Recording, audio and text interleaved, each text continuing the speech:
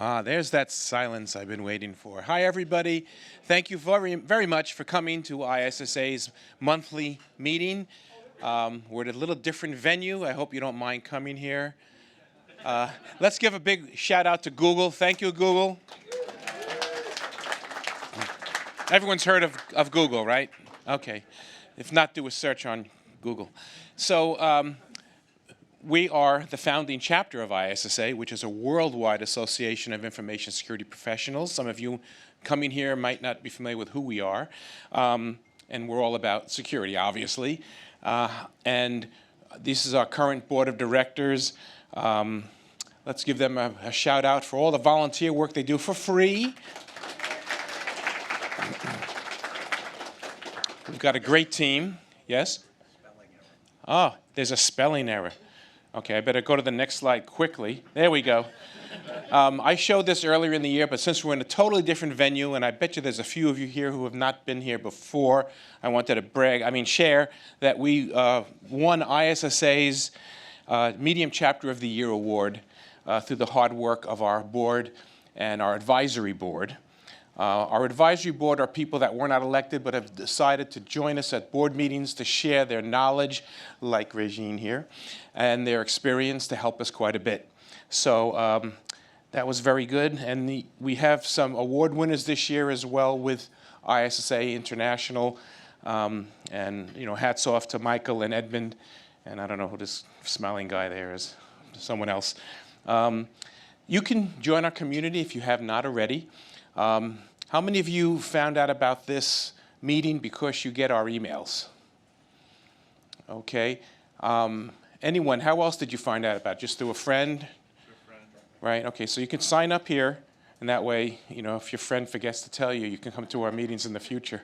Because we have them every month. It's always on the third Wednesday, and we hope that you can do it. It's not spam.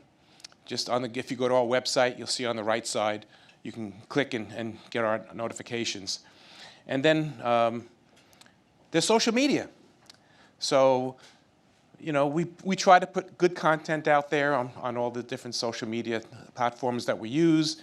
And we encourage you to interact with us. If you see something, an interesting article, and you want to comment, feel free. If you disagree with anything we post, feel free. And obviously, this is very important in our world today, so just put down your phone every now and then. These are our upcoming meetings that we have already booked. We'll be downtown at Essentia for the next 3 meetings. A bit of a drive, however, it's a very beautiful space for those of you who have been there, and you can watch the sunset over the skyscrapers of downtown LA. We always get good food and drink, and it's always a wonderful time. December is going to be a little special, because we're going to have a holiday celebration. I believe, I'm still waiting for hard confirmation. I got soft confirmation that ISC Squared will be joining us. OWASP, I think, are you guys in? For the joint holiday? Okay, OWASP LA is in. CSA, Cloud Security Alliance, might be in. So we're anticipating a good crowd. We had close to 100 sign up for actually, there are a few people that came today that hadn't pre-registered, so we are at 100 or more for today. So well done, all of you. Thank you for making this our most populated meeting since COVID. Remember COVID? Yeah. Have any of you heard Laz speak before? A really good speaker we've got for December. November, we've got Mel Reyes. Mel, you want to just stand up and be embarrassed for 1 second real quick so everyone knows what you look like? He's our speaker for November. Sorry, food and drinks going to end at 7:15, just let them know. Okay, please. So thank you, Mel, for agreeing to come. He's a longtime CISO and a friend, so he'll teach you a little bit about your professional growth. A lot of good tools and training and things, so thank you. Laz will be talking about incident response preparation, a key thing. And incident response is obviously very important, particularly today because of the advanced threats that have been coming in. In the old days, the people that were breached, the companies, would go, oh, that was a sophisticated attack, when in reality, it's just because they hadn't put the patch that was available for 10 years on their damn servers. But that was sophisticated, right? But today, they are getting sophisticated. Things have changed. AI, money, billion-dollar industry in the dark black web. So it is happening. So incident response has become more important than it ever was, because you are going to get hit. And what is the best thing you can do besides segmentation and everything? Have a monitoring system, know what to do when something looks funny, when a red flag runs up. So key stuff, he'll talk about that. We have Eric Layton talking in January, and we're lining up speakers for February and March and onward as well. Anybody, and we've done this before, anyone who is interested in doing a talk, but maybe you're not that comfortable yet, this is a nice warm environment. This is very forgiving folks. These are people, your peers, all of us. We are all trying to do the same thing. So if you have a talk, everyone here is an expert on something. Let's face it, whatever you're doing at your job, you're really good at that thing.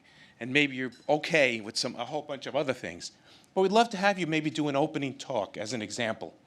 So consider it, hit me up, I'll be here. After the speakers, we'll have a little more networking time. They are going to be pulling food and drink away in about a half hour or so, just so you know. If we see you disappear that way, we know you're going to the bathroom, but if you disappear that way, we know you're going to drink, which is okay, don't worry. Because you're right there, you can hear us, so we won't be insulted. Do not worry. We want everyone to be filled in the belly and drink as well. Security Summit. How many of you went to the Security Summit? Okay, that's not good because you missed the best event of the year. It was at the beach. We had this is just a sampling of the speakers that we had. Awesome event. We also had a Women in Security Forum, an all-day event devoted just for female speakers. We stood by that for many years. Since 2017, we've had that. A lot of people talk about equality and diversity and making a warm and welcome environment for people who normally are having a tough time. Look at our industry, right? Need I say more? But we feel this is very important, and we'll continue to support this and try to get more females and minorities into the field, because we certainly need them, not just because it's the right thing to do, but we're really starving for people, right? It's very hard. It's very hard. We have elections. Those of you that are members, how many members do we have here? Oh, wow, good turnout of members. Thank you for your support on behalf of both ISSA-LA and ISSA, because ISSA gets the bulk of your money. We get a little pittance, but at least it's symbolic, and it's nice to have a little bit, paid for my beer. So thank you for that. So these folks are running. If any of you want to run, you have the right to petition us to run. But most of them are coming back. A few people are new. So please let me know. But most importantly, you'll be getting an electronic ballot in December. Look for it, and please do vote.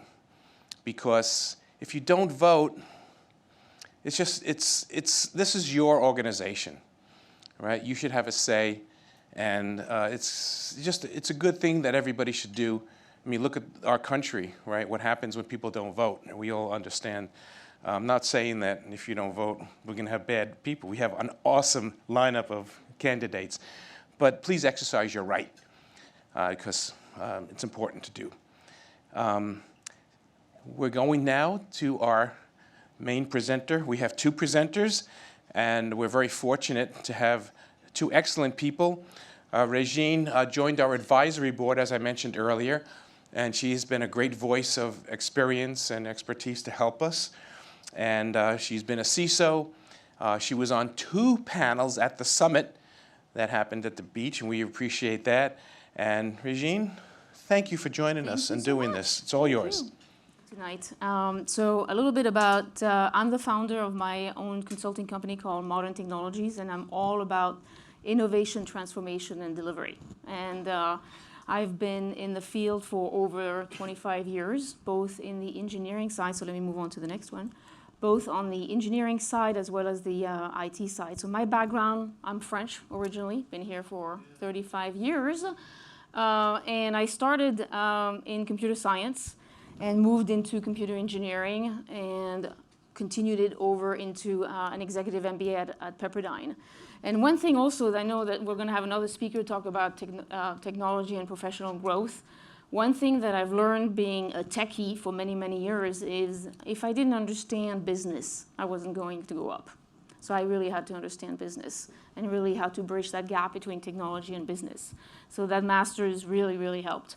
So I would definitely encourage people to go towards their master's in business.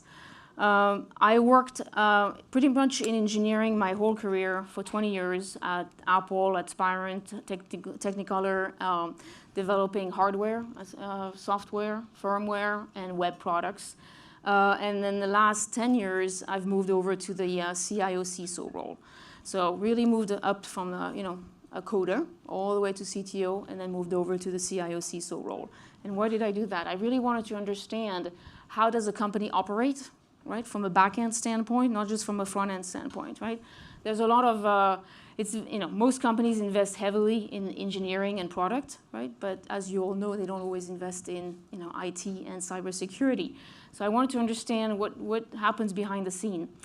I've gone through multiple industries, right, for computer systems, telecom, manufacturing, consumer products, and entertainment and aerospace. So a very diverse multi-industry background, and as well as global. So worked a lot with, Europe, Asia, India, South America, and Canada as well. So I'm multicultural.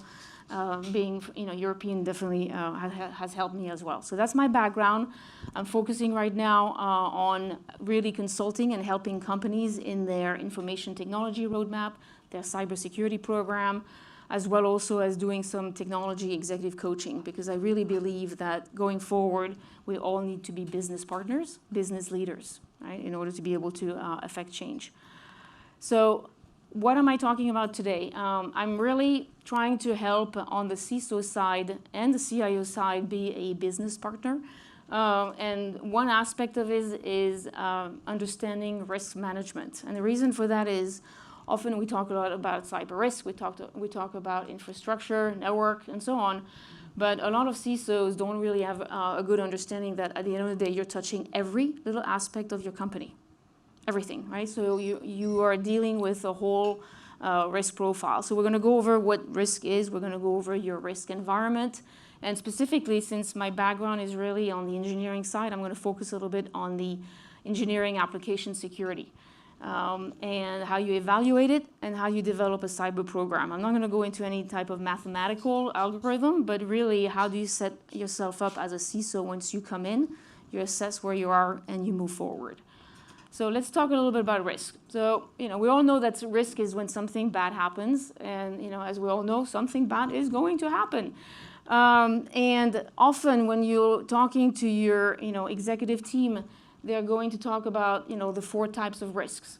We have strategic risk, right? How are we doing with the competition? Is our business model safe? For example, DVDs are gone.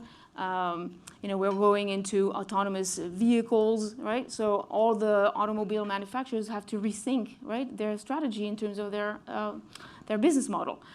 Compliance, right? Aerospace, FAA, FDA, all of those have a lot of compliance, regulatory as well, risk that they have to deal with.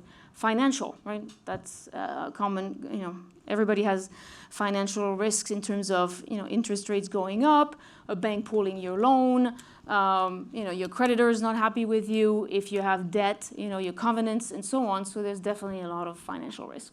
And of course, your operational risk, right? Something goes wrong, your data center goes down, right? You can't function, your supply chain is not available, right? So lots of operational risk. So we talk a lot about these risks at the board level, at the executive level, but again, cybersecurity risk is everywhere. So again, what I'm trying to really get at is we encompass everything as CISOs, right? CIO CISOs, we touch everywhere. Every layer, every risk, we're part of it, right? Because everybody's touching some kind of computer, some kind of software, right? Or is online. So our cyber risk is prevalent everywhere. So in terms of the risk environment, so the 3 Ps, right? People, process, and projects, or technology. Those are the, but one thing that, we all focus on in many of these in our function is the technology stack. right? We talk a lot about our data center, our devices, some of our code, our products, our third-party software, our cloud, our data center, our data, right? That we have to, user data, computer data, system data, monitoring data, right? We talk a lot about these things in many of our forums and so on. But we don't really talk a lot as CISOs about our people, right? So the company culture, is this company culture risk averse? Are they a risk-taking type of culture, right? So imagine as a CISO, you're trying to implement your NIST framework, and you've got a CEO who's very, risky, right? Likes to take risks, right? Doesn't care. It's okay. I can use my personal email. It's okay. No big deal. I can use, this over here, over there, all right? So understanding your company culture when it comes to risk is key. Your employees, your customers, your vendors, your investors, right? All play a role in terms of your people risks. So as a CISO, is really key to understand that that's part of your framework as well. And then you've got the processes. So we talk a lot about what is the ERP process, the CRM process, the HCM process. How do you hire to retire? Right? How do you place an order in? Many times what happens is there's a lot of little things in between these processes where people do it either by hand, they do it on paper, they're a single point of failure.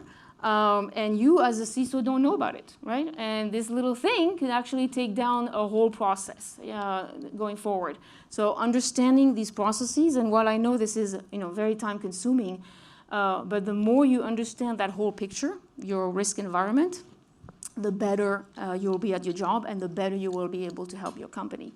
So keep those in mind, right? Those circles, we'll come back to it at the end as well. Now, I'm going to focus on the red here, so product code and IP. So the stack. So again, I've been working my whole life at pretty much every layer of the stack. And like I said, I focused heavily on product and application security. So when I talk about product application security here, I'm not talking about your SolarWinds or your Palo Alto network or your VMware. I'm talking about the actual product or service that the company is actually selling, right? So often what happens here is, as CIO CISOs, we focus on the bottom layers here, right? We make sure that, our hardware, data center, DR, infrastructure, cloud, all of that is secure. Our routers, networking, and so on is secure. And of course, we do a lot of stuff at the cyber awareness level in terms of the users, right? In terms of social engineering, phishing, and so on. So we focus on those green arrows that I put in there, but we don't really focus on the product itself. And the reason for that is the product itself, the service, is usually the responsibility of the CTO or the head of engineering, right? And often what happens in what you read is they define app security as just, you secure the login, the users coming in, who has access, the admin rights, right, to that application. But that's about it. And we feel, and again, the CTO feels, well, as long as we've secured how we log in, we're good. And I believe that, you, my peer as CIO, CISO, you've done your job. You've secured the bottom layers. So I'm secure. I don't really have to do a whole lot because you've done your job great. So I'm good, right? Unfortunately, that's not the case, right? The application security and the underlying layers all work hand in hand, right? If something happens at the bottom layer, it will impact the application or the product. If something happens at the product or the application, it will impact the whole company as well, right? The bottom layers as well. So one thing I'm trying to really, I'm going to go over in detail is we really need to have that handshake between the two worlds.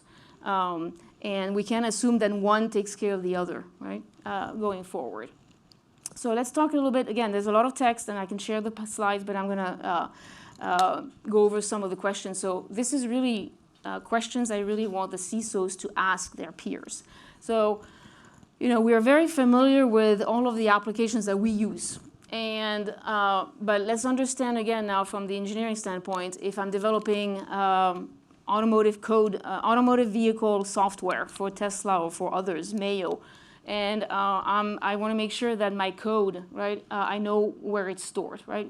What kind of repositories do I use? Now, you'll see, I won't go into it, but there's many types of repositories. So, for example, where is what are we using? Bitbucket, GitLab, SVN, CodeForge. Where is the code stored, right? As a CISO, you need to know where it's stored. Is it on-prem, in our data center? Is it backed up? Is it in the cloud? Many times you'll know the larger the engineering team is, they'll use multiple of those tools, right? So know what tool they're using. Next one. The source of code. So many times, older companies or more legacy people, again, in the way we, develop code is homegrown. We develop it from scratch. And that's a lot easier, I think, to secure than if you start using third party. So do we own the IP? Did we develop it? Or are we using third party libraries, open source, right? Out there, plugins. And I would say a lot of companies are using third party software, right? And how do we secure that software? Who's using what? And many times what happens is it's not documented. You ask each developer and they'll use a version of a plugin, another version of the library, this version over here, this version over there, -10 version over here, and you don't have an idea what's making up this code anymore, right? So how do you secure that code? It's even hard as a CTO to be able to keep track of all of this. And then of course, if that third party is open source or hasn't been secured, hasn't been patched, the vendor is not very, it's a small company, whatever, they don't have the investment to be able to secure, and you're using that in your product. Now you're just basically opening a big door for vulnerability, right? So understand what makes up that code. How is that source code done? Is it scripted, like Python, Java and so on, or is it something that's compiled? Again, where is that source code going? Is it going on an iPhone? Is it going on a web server, right? Is it going in a car, right? Where is the target devices that this source code is going to? So understanding that. So if it's going to an iOS, you understand, what Apple is doing, how they're patching and so on. If it's going to Tesla, well, I'm not familiar how they're, what kind of operating system they're using and how they're securing that operating system. So understanding what type of code it is and where it's compiled for what target device is very key. Now, of course, from the beginning on, software development life cycle best practices. So how do we develop that code? Usually the way it goes is, product management comes up with a feature. Hey, we want to support X. Great, let's go code it. How do they design that code? What kind of architecture? Is it developed by many people? Is it, again, own IP, or is it third party? And how do we QA it, right? How do we code review it? How do we check in? So again, check-in, check-out process is key. Who has access to check-in? Who has access to check-out? How many people here, even at Google, are storing any code on their laptops? Okay? That's a big thing that people, hey, I just checked it out. I went home. I didn't have time to check it back in. And now I'm driving home, and I get into a car accident. Or I go to an event, I leave my laptop, and it gets stolen, and my code is in there. Right? So those are all things that actually do happen. So understanding, how that process works, how it's version controlled, code reviewed, and accessed. Who has access to that code base? Do we give access to anybody in engineering, or do we only give access to certain people to that code base, right? So that's key to know. All of these things is how you secure that application. What kind of tools do we use? Compilers, integrated development environment, same thing, right? It's coming from different vendors. How are they patching that tool? Where is it residing? How do we manage it? So example, again, on the bottom layers, infrastructure, network, we do a good job usually, right? As CISOs to really, every 30 days we patch our systems, right? The latest vulnerabilities, we come in, right, and we patch them. And we try to keep that usually every 30 days as best we can. What happens when, your production servers, your data center, you've patched your systems, and right now this compiler that I am using is not being patched, and I'm putting that code on our data center, right? And I'm opening a can of worms, right? So whatever you did, CISO, now I just wiped it. So be aware of that, right? That you have to understand what they're doing as well. So continuing on, the one that's that we're talking a lot lately is the build process. So as we build code, right, we love to have a nightly automated build process, right? That basically takes all of those check-ins, version controls them, merge them to the main, and pushes them to an environment. I've worked in many companies where we really did not have a dev, test, staging, and environment. So what we mean by production environment is really the place where your users use the code, use the application, use the services. That's called the production environment. And in order to do a good build process, or what you call a CI, CD pipeline, or DevOps, is to have those environments. Many companies don't have the resources, the time, the money to invest in that level of configuration. Unfortunately, again, to try to build that security in, you really need to have these environments. Of course, dev, many times you'll hear, I'm developing on my laptop. That's my dev environment. Yes, that's fine to start with. You can start from there.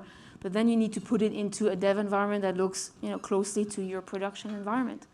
Right? The test environment should be even closer, and the staging one even closer. Same thing, the environments live in your data center somewhere, right? Or they live in the cloud.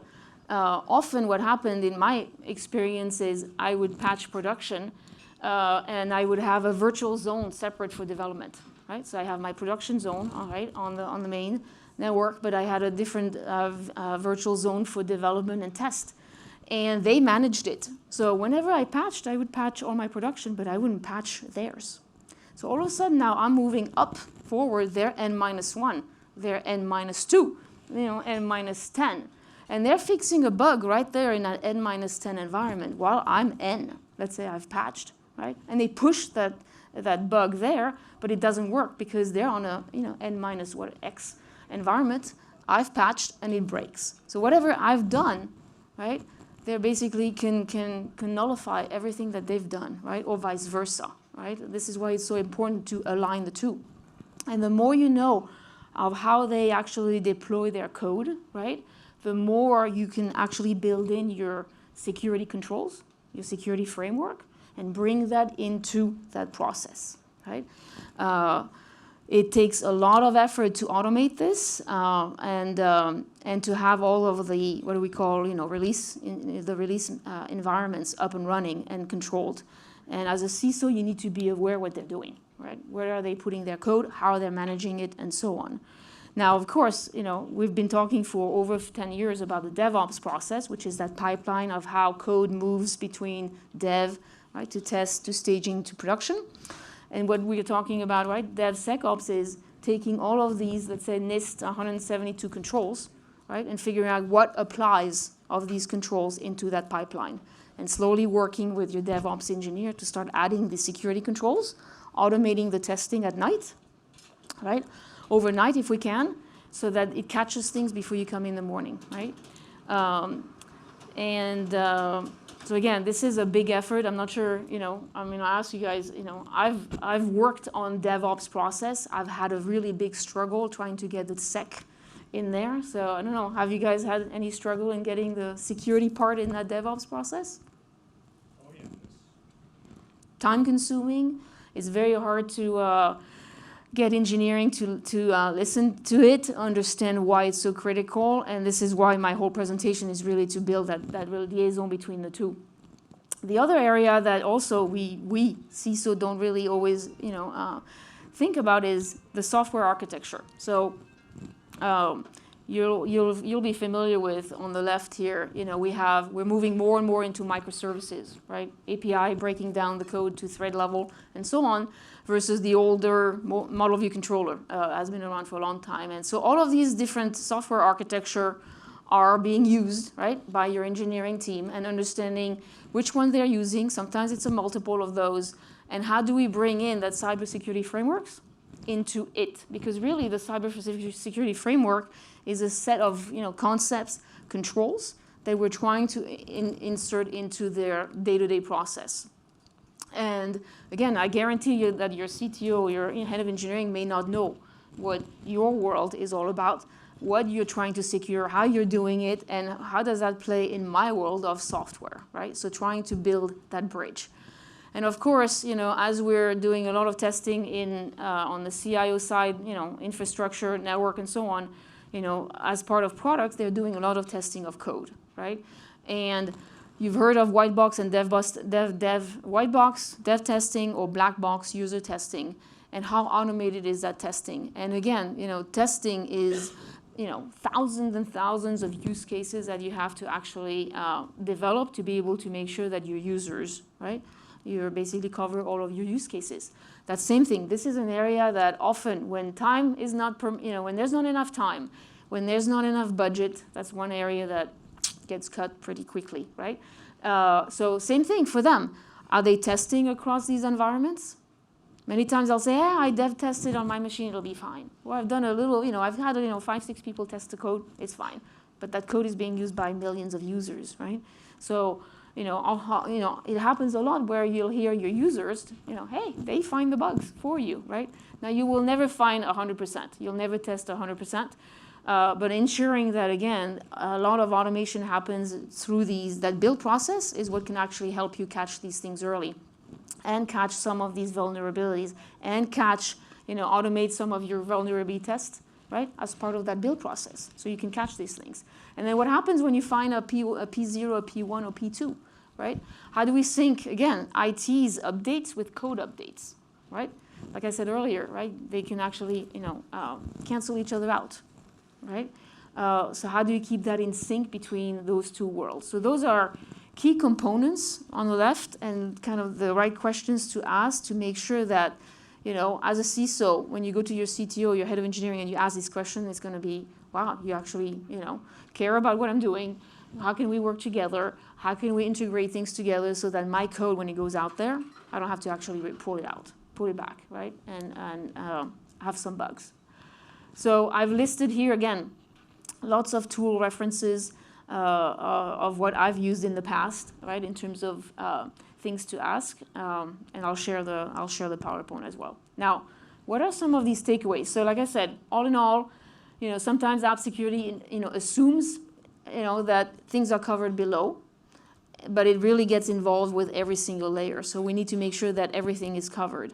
While app security is the responsibility of the head of engineering, right? The goal is that the CIO, CISO's partner, right, with the CTOs to ensure that the business is secured. Like I said earlier, many times, I think someone just mentioned it earlier, they'll cut costs somewhere else to be able to give that to the product team because the product team is making money, is driving revenue, right, direct revenue, so we'll get them the investment that they need.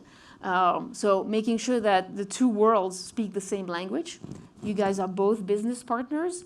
You both understand the world of security at every layer. You both can speak to both of it, right? The more you'll be able to get that funding, that visibility, and be really that business partner with the executive team. So a few things that I've recommend, but having been on both sides. Whenever, again, marketing, sales, a product management comes up with a new feature, make sure that you guys get involved right from the beginning as they are trying to come up with what that new feature is so that you can understand, how am I going to secure that feature? Where is it going? Is it going on the phone? Is it going in the car? Is it going, on the web? Be involved right from the get-go. One thing I've tried to do that has been successful for me is try to have a cyber engineer, at least one FTE from my team that actually sits and works with the engineering team. They sit there and they work with them on everything. They get to understand all of these tools. They get to understand their processes. They're part of their team. They're no longer, they're part of the IT team. They're part of our team, right? And you've built that bridge, right, between the two worlds, which really, open eyes between both worlds. Of course, like I said, once you are able to show them the framework that you use, right, the cybersecurity framework, sit down with them and go through all these controls, and that cyber engineer can help and figure out what controls can be applied into that, build. The DevOps process is the best place to put it to be able to automate. Now, we've talked a lot in many conferences and so on. We do a lot of user cyber awareness training, and that's great, and we should continue. What I'm advocating here is we need to do engineering cyber awareness training. Because again, a lot of the engineers, yes, they'll understand social engineering and phishing and other things, but they need to understand what I had on the layers below. What are you doing on the infrastructure? What are you doing on the network? What are you doing in the cloud? And so on. What vendors are you using? How are you securing so that they can learn how that applies to you, right? So really doing a lot more engineering cyber, I call it, cybersecurity training, which will be a lot more technical and a lot more depth, right, than the user training. And then the other thing is, app security testing, right? Those are our key things that we need to continue to do. So those things have worked really well for me in the past in trying to build and bridge that gap, between the two worlds. Now, let's talk a little bit about risk assessment. So I'm not using any type of algorithm. I'm really using the low, medium, high. Why? Because the business understands what low, medium, high is.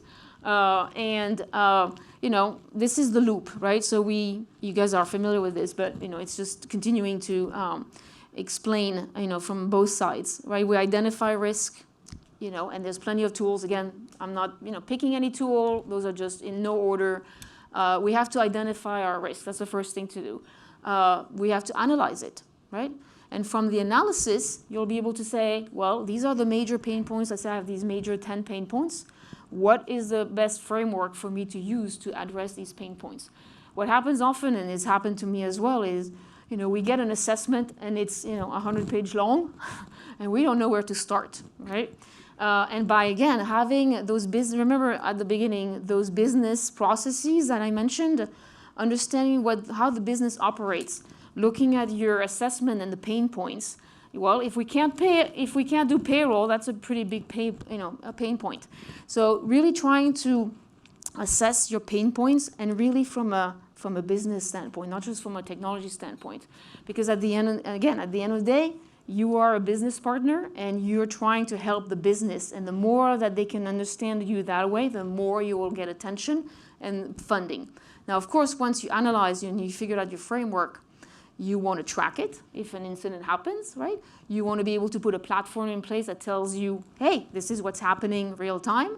And then, of course, you're going to develop all of your standard operating procedures, your cybersecurity response plan, your business continuity plan, right, based on these processes, and how do you react. And having those documented will really help you actually automate things actually in both on your incident response and your SIM.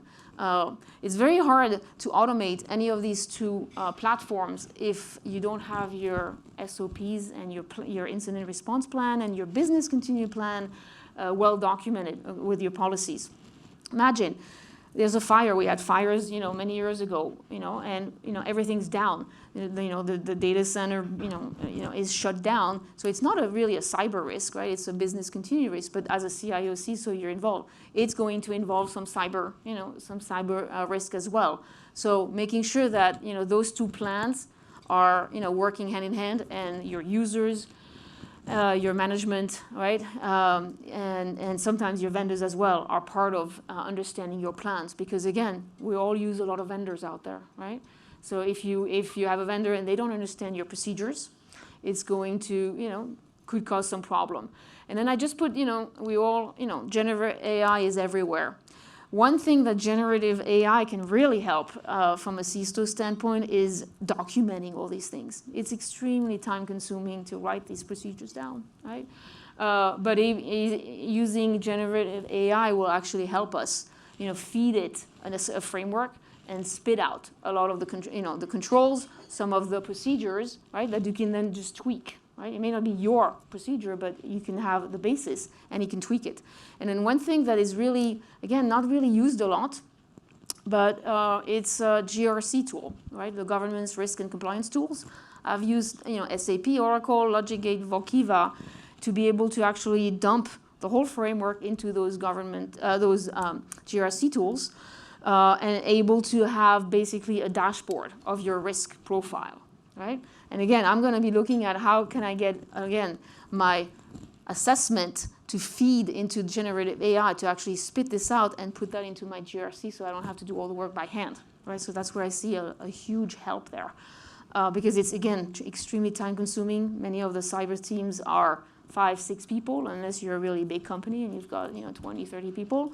But usually it's a handful of people. So I would definitely look at this going forward in terms of documentation. So that's the loop, right? So when you look at things, this is kind of the process. And once you've got it in place, you want to just keep reiterating throughout. You're never done, right? As we all know. So what are some of the takeaways? Try to focus and know that you will be using a suite of tools, and try to focus on your top pain points. Here's why.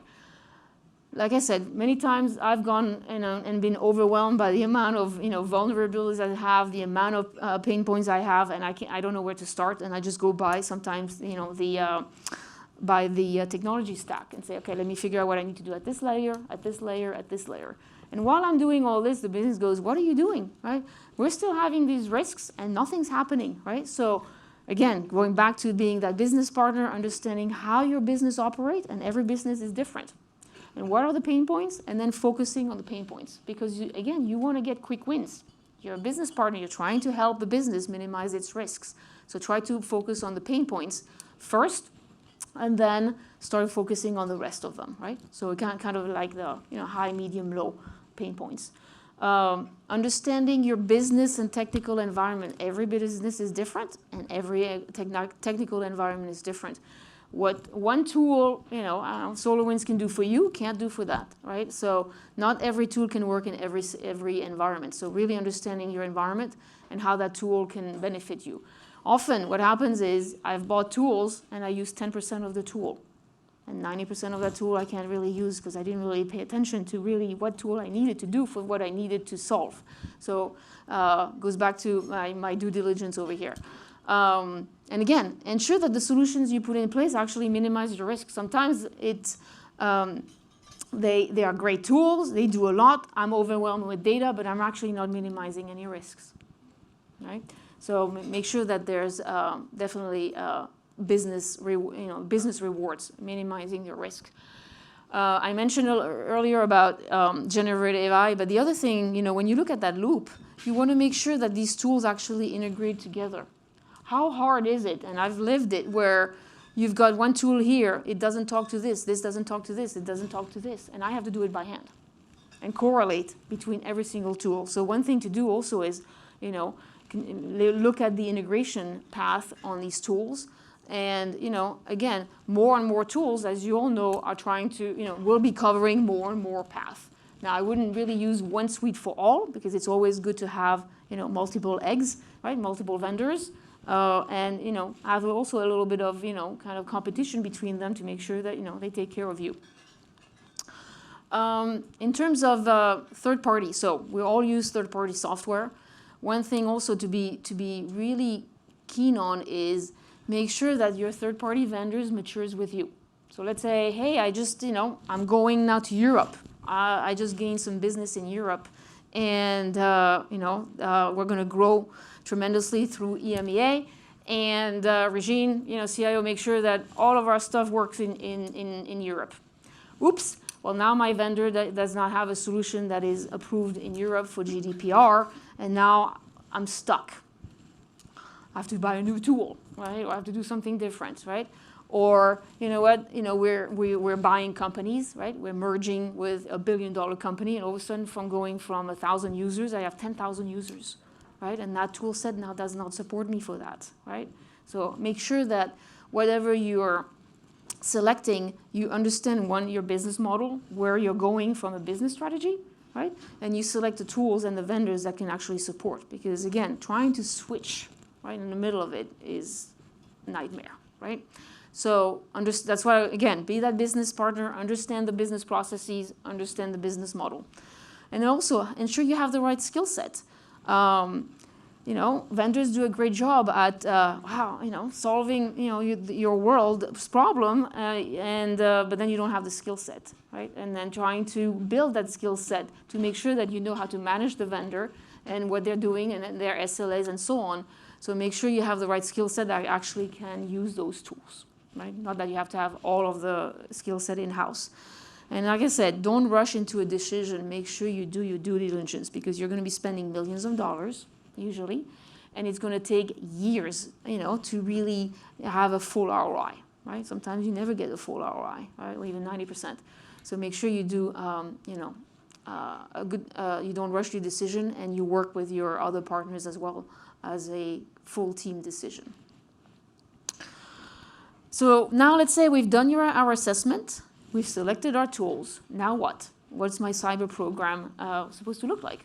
So I've got a sheet here. It's very small, I know. I will give it to you, but I'm not going to go into every detail, but I'm going to focus on the left column here. Because I really want to make sure that you look at, as CISOs, you look at all of these components or areas of your program. So of course, as I've been talking about, the company size, the revenue, its geolocation, the employee size, the customer size, and then what type of products or services is it actually selling, and what's the business model, right? So really understanding that plays a big role in your cyber program. We talked about the architecture, right?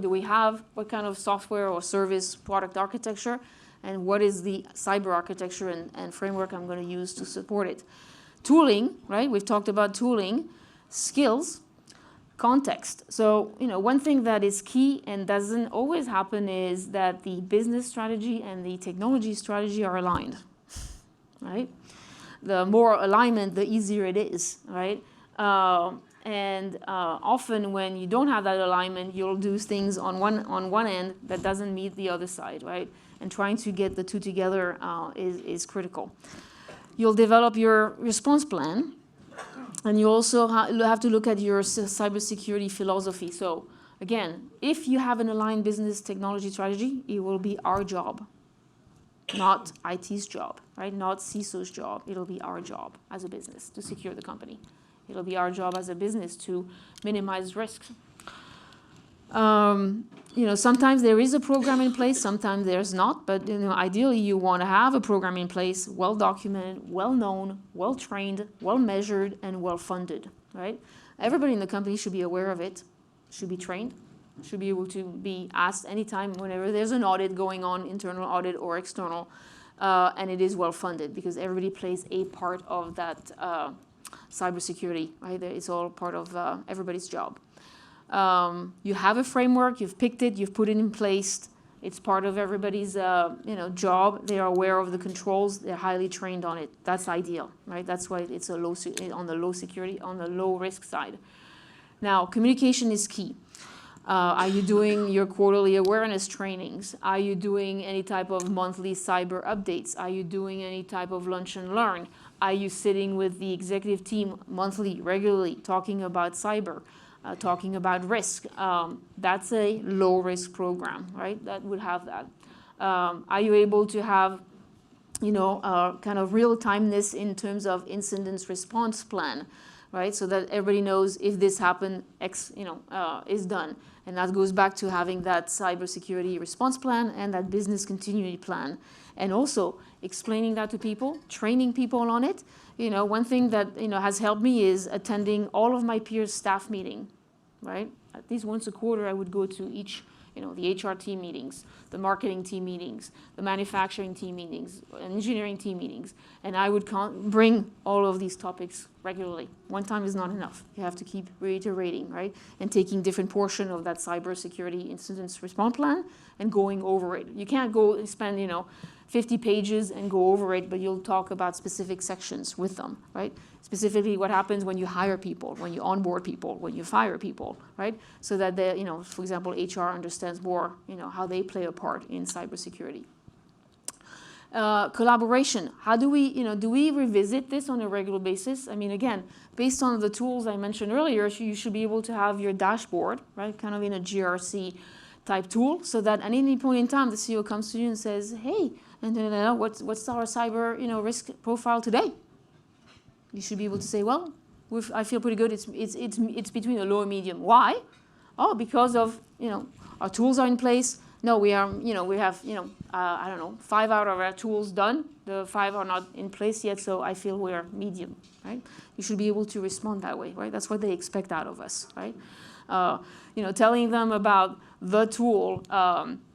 I don't know how many vulnerabilities that tool has had. You've lost them already. Right? It has to be in simple terms, in business terms. And then again, if there's mixed feelings about the priorities, we're definitely in the medium column in terms of medium risk to higher risk. Now, I've put in there about cost, and again, this is just, kind of more guesstimate, but depending on the size of the company, once you've got an established, program, low risk, you're probably not spending too much money, maybe less than $1 million a year in terms of, just maintaining it. Again, depends on the size of the company. If it's medium, you're going to be spending probably double, right? 2 to 5. If it's a high risk, meaning there's very little in place, you're going to spend a whole lot more. And this could be not in 1 year, but it could be also multi-year investments, right? And so how do you approach the CEO with all of this? And I would use, kind of this kind of framework to be able to document that to a business person. So let's talk a little bit about a summary. So you need to basically, as a CISO, stay abreast and one step ahead of everyone. And I kind of, put at each of them, be ready for anything. You need to be, it'll happen. It'll happen either on the kind of the people side of things, on the process or the project side of things. So again, get buy-in, train, practice, have the right skill set. One thing also we've talked about, I think, on the panel, have a cybersecurity path, right? Because it's critical that this is a serious path, just like a software engineer, just like a manager role, or an analyst role, or a financial role. That within the company that has a path, that you've got the right people policies when a risk happens, what happens to with people, and that we all manage the risks. Same thing as we talked about the processes. Know your company's processes. Know your threat landscape. Am I a manufacturer of hardware? What's the threat like for hardware versus the threat for software, right? Or a service. Make sure you've got their framework and the policies. And one thing I put in there is manage cyber everywhere. So more and more today, right, we offer bring your own device, right, to work. We allow people to use their personal email. So one thing as a CISO to be aware is whatever is happening from the home friends affects the work, right, and vice versa. So be aware of what is being allowed, right, versus not. And then make sure, again, like I said earlier, you have reliable, trackable data so that whenever someone asks you, hey, where's our risk? You have data available, right? That's when often thing is missing is, well, I have to look, I have to go dig into my SIM, figure out what's going on. You've already lost the CEO at that point. So on the technology side, again, know your architecture, your environment, have the right mix of tools, vendors, and always optimize, update, optimize, and automate. You're never done, right? As we know, the hackers are always ahead of us, right? So you have to stay, one step ahead as well. So be ready for anything. No, so I'll finish here. So assess your risk in your environment. If it's my company versus your company, it's different, right? Every company is different. So know your environment. Review that with your peers. Don't do it yourself. You have them help you review things because again, HR may know more, right? Marketing may know more. So review it with them. Review your tool set, your processes, like I said. Design your cybersecurity strategy and plan, and then get corporate buy-in. Be that business partner. I need all of us together to do this. It's for the whole company wide in terms of managing risk. Implement it in phases. Like I said, get some quick wins. Don't wait till it's 2 years later, right? They'll cut your funding at that point. So try within, I would say within 6 months. Have some quick wins, right, in terms of minimizing risks. Review, test, measure often, right? And continue to mature your posture and minimize your risk to grow your business. Again, understand that you're a business person and you're managing risks to the business, right? So you're a CISO and you're part of the business team and you're a business peer. So those were my key takeaways. Any questions I can answer for you guys. Go ahead. We are out of time. We're out of time. Okay. Yeah, so well, feel free to send me any kind of email, any email, if you have any questions. And thank you so much for your time. Really enjoyed speaking tonight. Thank you so much. Jack, come on up, my friend. We are very fortunate to have Jack Manino, who's flown in to speak for us. Jack has spoken several times at the AppSec California conferences. Who has attended those in the past? So you might have seen Jack. I come for the weather. Yes. Now, Jack has his own company, Envisium, but unfortunately, it was bought. So, did you fly on your own private jet? No. Well, congratulations on that. NetSpy, Thanks. right? Mm-hmm. They bought you? Mm-hmm. Okay. How's that I don't work? work there. No more. No. All done. Okay. So that's why he's here, perhaps. He's on his own. So thank you for coming out. And that should come up in a second or two after it plugs in. Appreciate you coming out. It's been a while since I've seen you. Yeah? I think we had a pandemic or something like that. Yeah, something like that. Yeah. All right. Well, Actually, I saw you right before at RSA. And then we were all joking around that we'd never see each other again. And then. Well, I wasn't there in 20. I was there in 19. I think it was. But we had AppSec. Did you go to AppSec Cali in 20? That's when I saw you, yeah. Okay, there you go. All right. Well, welcome. Thanks again. Okay, cool. So thanks everyone for joining tonight. My name is Jack, and tonight we're going to talk about making sure the right display's up there, large language models and the operational kind of aspects. So a lot of what you see is around things like prompt injection and some of the, kind of front-facing kind of attacks. We'll look at some of that, but we'll actually talk about kind of how some of the software is constructed, and we'll look at some of the different ways that you can abuse these things. Yeah. So a lot of the generative kind of applications and interfaces we see these days are powered by large language models.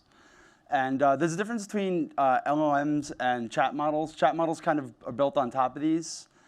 They have things like memory. They have things like history. And if you look at something like pick a ChatGPT, for example, right? There's a lot of controls that they've built around kind of the dialogue there that you might not have if you're accessing these models directly. And I'll show you an example. Everything's probably going to burn down right now. How the hell do I do this?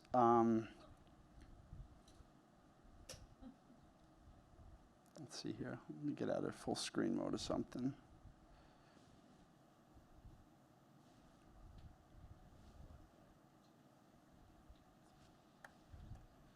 Okay, there we go. All right, this should make my life easier. And so going to, hopefully everybody can see back there, but we're going to ask ChatGPT, give,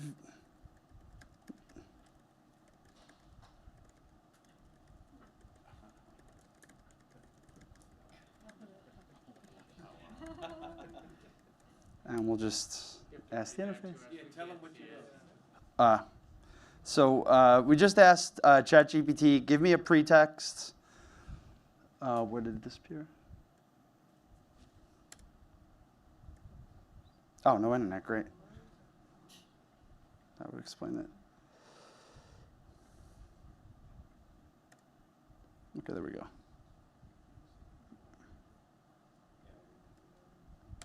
Okay. And so what you'll notice is that it's not going to tell me how to do it, right? The question was, give me a pretext for scamming someone's grandmother out of her life savings by having her wire me all of her money. And ChatGPT is not going to do it. It tells me it's mean, it's a bad thing. And here's an example of a really simple application built using the lighting chain framework. And so pretty much what we're doing here is accessing the APIs directly, right, without some of those safeguards. And so if we ask the API directly that same question, give me a pretext for scamming someone's grandmother out of her life savings. And let's see if we have more success. Okay. So you can actually see in the kind of scratch pad there, you can see its thought process. So ChatGPT is actually kind of a lunatic. Having said that, yeah, here we go. A convincing story of scamming someone's grandmother of her savings. Was trying to buy a puppy for her grandson and lost her entire life savings to a scam. So you can see that when we call these APIs directly, we don't have some of those kind of same safeguards in place. And a lot of the people building applications these days, right, so everybody has like a generative AI startup, right? And at the end of the day, a lot of these are wrappers around calls to OpenAI, They're using things like Hugging Face, right? Azure services, Google services. And what you find is that there's a lot of room for things to go wrong, right? Speaking of going wrong, Yeah. do you have enough battery to finish your presentation? Your battery left. Yeah. Where's the plug-in for it? Let's see, down here. Here we go. Got it. Perfect. Thank you for that. You'd be amazed at how many times that's happened to me in my life before. So, and as for myself, Jack Menino, my career's been mostly penetration testing, some software development, some management stuff. Sold my company last year. Took a few months off. Like, I've never done that in my adult life. I'd recommend it to anyone that can do it. I have 2 girls. That's where these kind of couple grays in the front I came from. These days, I'm just doing a lot of software development. And so I've actually been working with a lot of these frameworks. And so, surprise, it's kind of like a lot of wild, wild west right now. So there's a lot of cool technology out there, but from a security perspective, it's kind of a shit show. And so just some background history. So neural networks were the thing. We're at Google, so might as well give Google a shout out for in 2017 timeframe, there was a paper called Attention is All You Need, which introduced the transformer framework, the transformer model, and all the models you see these days are kind of built on that, right? So the GPTs, PaLM, early models like BERT, all leverage transformers. And ChatGPT kind of made everything hotness, right? Conversational interface. And now everybody and their mom is building a generative AI application. And so there's a lot of things that can go wrong, right? From regards to the data. So the data we train on, right, can certainly be incomplete. So we can introduce things like bias into our kind of data sets, right? We can spit out things that may not be truthful. Because of these massive data sets, right, sometimes we're training and we're using these base models, foundational models, and then we also train on like our own custom data, right? So that can be really, really sensitive, right? And depending on the industry you work in, healthcare, banking, and anything regulated, you may have a lot more that you have to do with handling that data, right? So all these frameworks, data storage, right, they're very data heavy, so surprise, you may have a lot of sensitive data, especially from things like the conversational interfaces, right? So people type things in, right? You can filter it away, but ultimately they have unlimited room to put whatever they want into these interfaces. And so there's a growing developer ecosystem.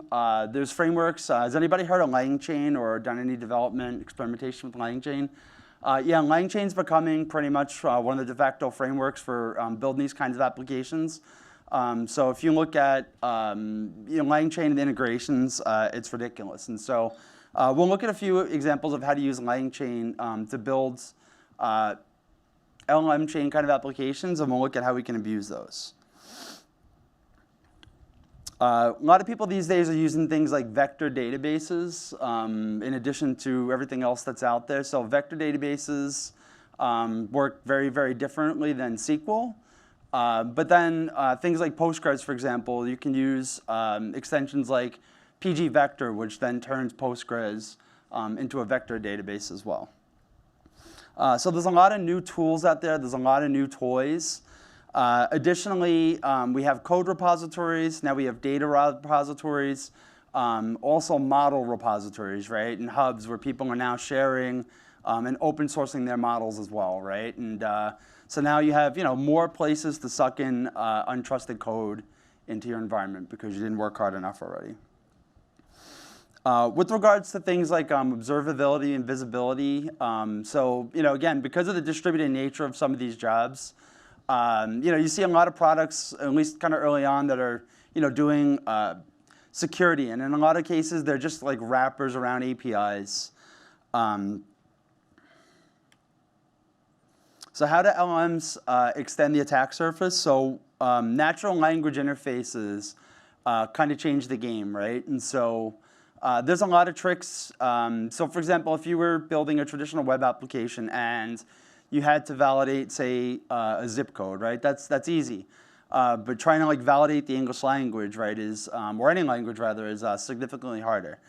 And then there's also tricks you can do, right? You can use control characters. You can, undo system commands. There's a lot of things you could do if you're not building these additional layers that just undermines anything you'd expect to actually happen. Implementing things like IAM and making sure that some of these things are running with least privilege is important. And sometimes you'll see these running containers. You'll see them run as serverless workloads, right? But a lot of this stuff works really well on Kubernetes. So you see things like Kubeflow, Kserve, and other frameworks that allow you to build pipelines to deploy your ML jobs. And so if you can compromise one of those, depending on the level of access and what the interface does, you can do things like steal information, scan internal networks to write and run any arbitrary code that you want. And we'll see some examples of that.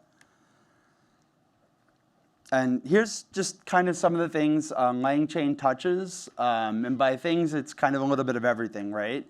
And so things like databases, data stores, interacting with the foundational models, APIs, gives you a lot of ability to output things in different formats, which can also include unsafe serialization and deserialization of data as well. So the integrations and interfaces between LangChain and just kind of all your data can be the introduction of a lot of vulnerabilities.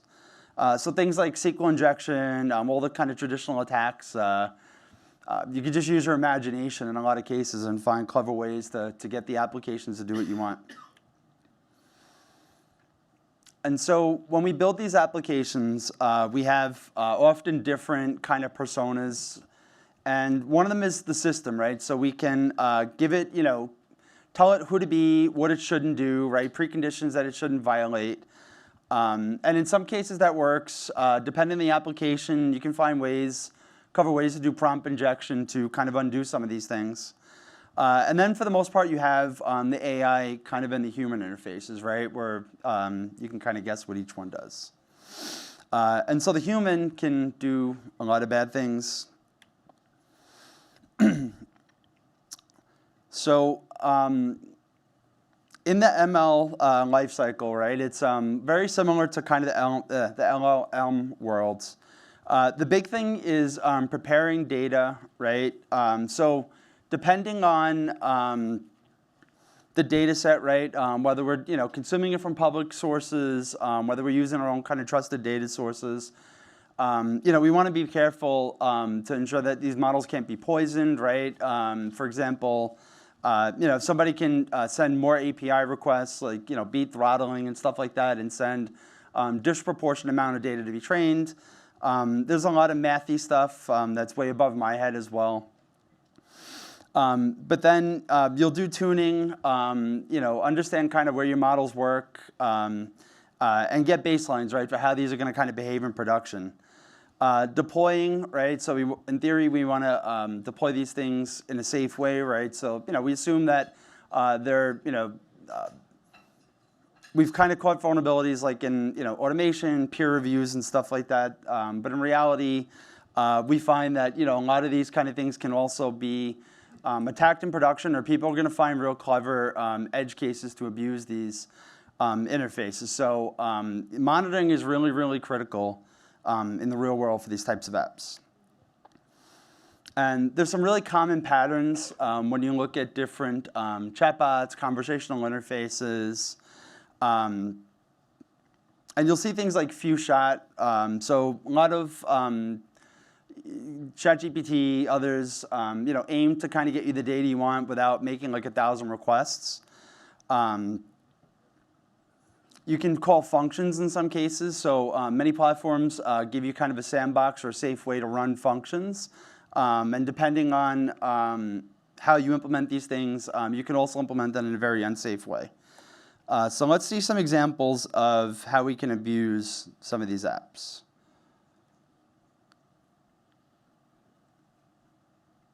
Okay, let me just start that again.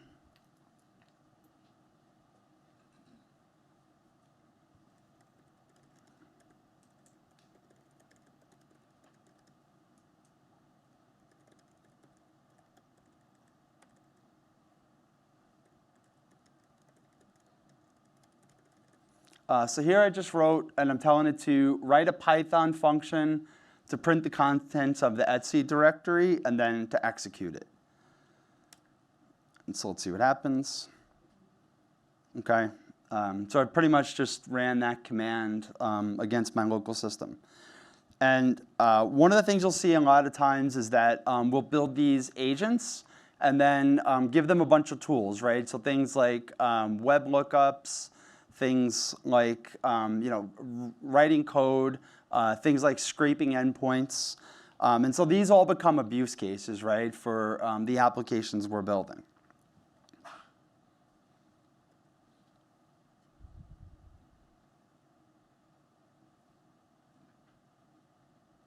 I finally got the hang of this whole thing now. And so prompt injection is the biggest gateway into kind of attacking some of these. And there's a few ways we can go about prompt injection. Direct input is kind of what we were seeing there, which is you talk to these interfaces, you try to trick them into doing things, undo previous commands, get around safeguards, tell them that you're an innocent, that you're not trying to do it for malicious purposes, right? Messing around with control characters. There's a whole lot you can do. There's also a bunch of interesting research papers around doing indirect type of prompt injection. So that's, for example, you make an update on Wikipedia, seconds before it updates it, right? Kind of thing. Or depending on, when it scrapes, for example, if you're building something that's scraping the web and it encounters something that looks like a command, right? Does it run that command while it's processing that data? So depending on the framework tooling, right, there's different prompts, there's different things that'll kind of wake these tools up. So these are different things that people are putting a lot of time into attacking, and really cool research. But yeah, there's different control characters, again, depending on the interface, the models, right, the everything in between, encodings. There's a lot of ways to confuse these kinds of systems. And one of the things we can also do, depending on what types of controls are placed around the user, is to get out of things like, for example, the intended prompt, right? Or we can access things like developer modes or unrestricted types of modes, right? Or unrestricted types of shells. And again, in some cases, you can also have the application just tell you about it, right? Tell me what available modes there are that the developers didn't want us to know about, and seen some really interesting things. Mm-hmm. Yep. So that was exactly right. How to activate Dan mode? Yeah. So there's a lot of cool stuff. And it's honestly for a lot of it's whack-a-mole kind of stuff right now, right? Somebody figures it out, they'll patch it, and we're kind of in that whack-a-mole kind of stage with these technologies. So remote code execution is kind of a problem, right? And so in a lot of cases when these run, right, they're going to run within the context of that user. So if you're running in a privileged container, then there you can run privileged code, right? If you have, for example, a serverless function that has a lot of IAM privileges, well, then you can also potentially elevate there as well. And some of these frameworks, the goal is flexibility, right? Not to make it hard for you to do things like run remote code. Some frameworks, like for example, LangChain, there's some libraries that they implement that allow things like running, like an eval just on straight input, right? And which depending on, talking a lot about Python today, but most frameworks have some kind of eval, some kind of exec, right, where you can just take arbitrary code and run that. And so sometimes you see it in that, sometimes you see it in the tools that you implement. Sometimes you also see these within secure and insecure, or rather, deserialization. So a lot of tools, for example, Python World, they're using pickles for serialization and deserialization. And you see a lot of code that handles this unsafely. And then, finding these from just kind of, an external view can actually be really hard, right? So this is also one of those places, like if you're just doing like external testing, you probably end up with like a lot of false positives, right? Where you could potentially have these issues, but it may be hard to kind of get any answer back depending on how these functions are running, how they're sandboxed, how they're network segmented, et cetera. So server-side request forgery is another fun one. I'm sure everybody's probably heard of server-side request forgery. If not, what you can do with that is have the application pretty much make a call to any arbitrary web endpoint you want, right? So a couple years ago, Capital One, they had their like big public breach. Someone actually abused server-side request forgery, and then they made a call to an AWS metadata service. It was the metadata v1 service. That didn't require authentication. So basically what they did was they had a Capital One application. This is all public, like nothing that wasn't in like the news. And basically made a web request and then was able to call the metadata service, pull credentials out of memory, and then just like ran through the environment, right? So SSRF can be fun. And a lot of times you'll see in some of these environments, so Streamlit, has anybody heard of Streamlit for Python? A lot of these applications, people will just run Streamlit and you magically make a web interface. You can run it locally, which means that a lot of the people building these applications are running unauthorized local web servers on their boxes, right? So if you can start kind of running around and scanning an internal network, surprise, developer boxes, are often the introduction of a lot of vulnerabilities. So here's an example of kind of how that works. Here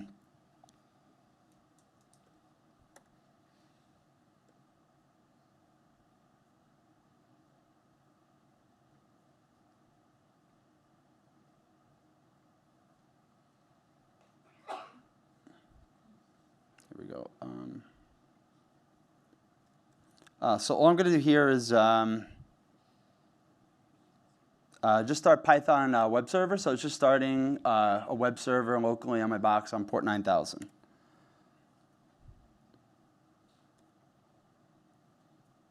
Okay, so then I'm just going to say make a request to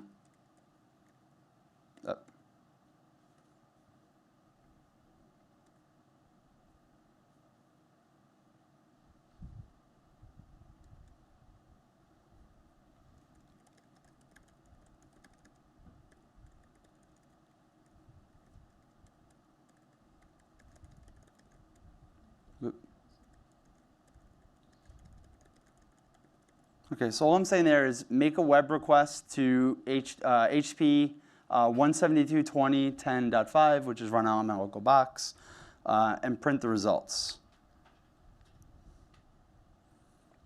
And so it's just going to make that arbitrary web request at that point. And so sometimes you'll see different tools where you can feed in kind of the endpoints to scrape and to call. And so yeah, in those cases, if the developers are just gobbling the full URL, not doing any restrictions around that, then these kind of attacks are pretty viable. And again, right, so this can be used to access things like management interfaces, different dashboards, right, logging, observability tools, and sometimes you'll find that these things are implemented internally. There's APIs, right, sometimes they're unauthenticated APIs. So you could actually do some cool stuff. And again, these services are intelligent, right? So you can tell it to do smart things while it's scanning the internal network, right? So it's not just like you run one command. You can do some really intelligent post-exploitation steps as well. But these are just examples, right? And everything, again, these days has an API from your CI/CD through the cloud services, right? And then things you bring in for management, dashboarding, so on and so forth, right? So very, very viable attack vector.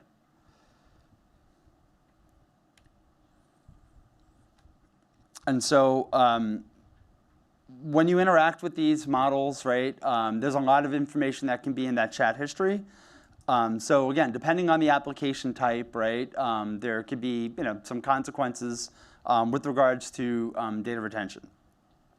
And additionally, so you can pull in foundational model that's been pre-trained, so something like Llama 2, Palm 2, things like that. But you can also augment it with your own custom data, right? You can train on top of your own data. And so that's what you're really protecting at that point, right? There's, generally a lot of IP in there. There could be privacy consequences, things like that. You're seeing a little bit more now in some of the vector databases and some of the tooling, mix of homomorphic type of encryptions. And so the challenge with encrypting these data sets is that the computation goes like way through the roof, right? If you need to do things on that encrypted data set, because you have to decrypt it, right? Do what you have to do, then re-encrypt that data or discard it.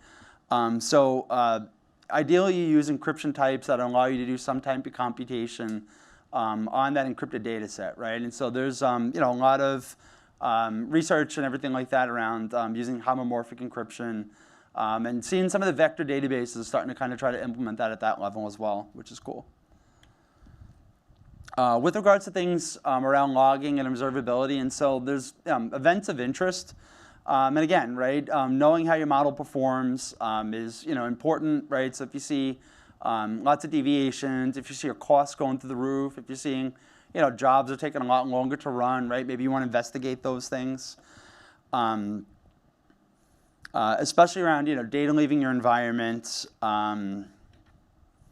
Anytime you run into issues where you're running into walls or users trying to do things that they shouldn't, you're seeing an excessive amount of those requests, right? There's a lot of events that you can use to kind of detect anomalies. And so things you want to test for, you want to test for different prompts injections. If you have any type of system restrictions in place, right? So around things like temperature, any kind of content filters, right? You want to make sure that an attacker isn't able to turn those things off when they make requests to the app. There's a lot of different frameworks, right? And a lot of them are very dependent upon the actual models you're using, use cases. And one of those things is definitely around network access, right? IAM, privileges that these jobs run with, right? As you see, there's an unlimited amount of things you can do in some cases with post-exploitation steps.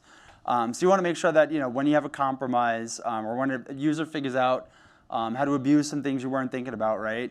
Are they running with least privilege, and are they network restricted, right? Can you not make outbound calls to the web, right? Can you just start moving laterally? Ideally, you want to restrict as much as possible. With regards to defense, so there's a lot of different techniques. So depending on what you're trying to solve, right? Chain of verification, we'll see an example in a minute, but there's a really cool paper, meta paper I read recently about that. And that seems to be a really interesting way of kind of solving some of these issues around hallucination by having additional verification happen. With regards to, again, if you're building agents and you want to limit what the user can do, right? Prompt templates can help with this, right? Limiting their inputs, right? What they can do, so on and so forth. Here's an example, and hopefully you can see that a little bit in the back there of using chain of verification to prevent things like hallucinations. And so first, there's a question there. Name some politicians who were born in New York. So the response there gives a list of people. And then from there, if you look on the left-hand side, what it ends up doing is then generates verification questions, right? And then after that, it then verifies those things. And that's actually a simple enough check there, right? To make sure that things kind of stayed on the rail. And so you can then provide things like confidence scores, to determine if this is real or if the model kind of went off the rails and is just making shit up on the fly. And so you can, again, use the LLMs to do this as well, right? To take the context of what you posted, deconstruct that into different questions, execute those questions, and then do things like assign you a confidence score, which is pretty cool.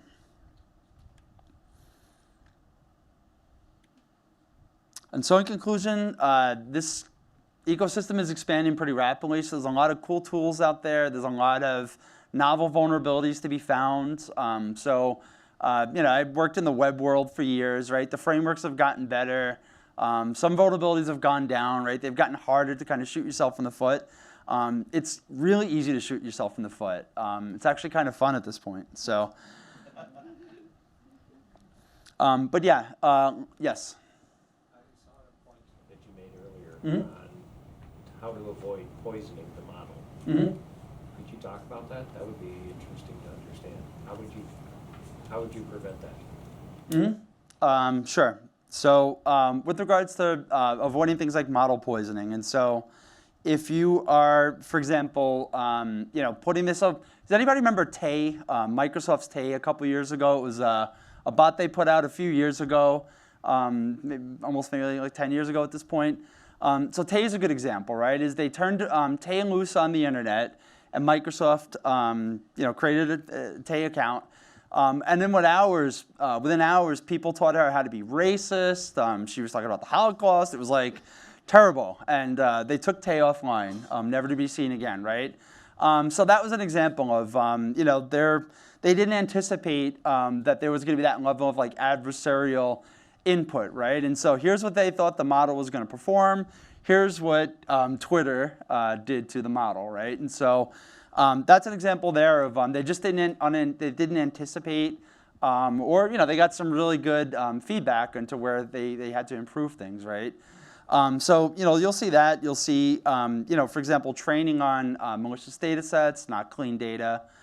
So would you advise that, if you're going to really use this, you're doing it within your enterprise on your servers, not outside. You script the data you want, you train the model, you build it in the DevOps, right? LLM ops versus just putting it out there.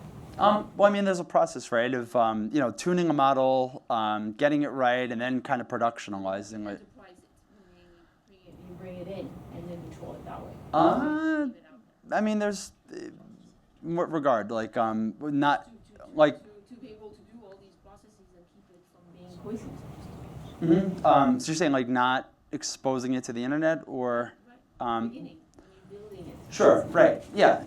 So I mean, access early on, right? I mean, it's, like things like, for example, if you don't have proper throttling, right? And someone can send, a disproportionate amount of the same request, right? To kind of, bias that model. So yeah, there's definitely training wheels you'd want to keep on these things before you've kind of tuned them. So hopefully that answers some of that question. Jack, I want to thank you. Great talk. Thank you.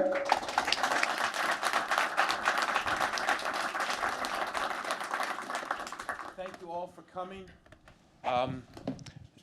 Normally we stay and network a little bit afterwards, but we can't in this space. They have a set schedule. We will next time. This was my first time booking this for Google. Next time we do this again, we'll make sure it's a little bit longer, but there's just some rules and stuff that we have to follow. So we appreciate you guys coming. If you enjoyed it, let Rich know, and we'll do it again, okay? And 3 cheers for Samir for doing this for us. Appreciate Thank it. you. Yeah, no worries. Thank you. Thanks for coming. We'll see you next month. Take care, everybody.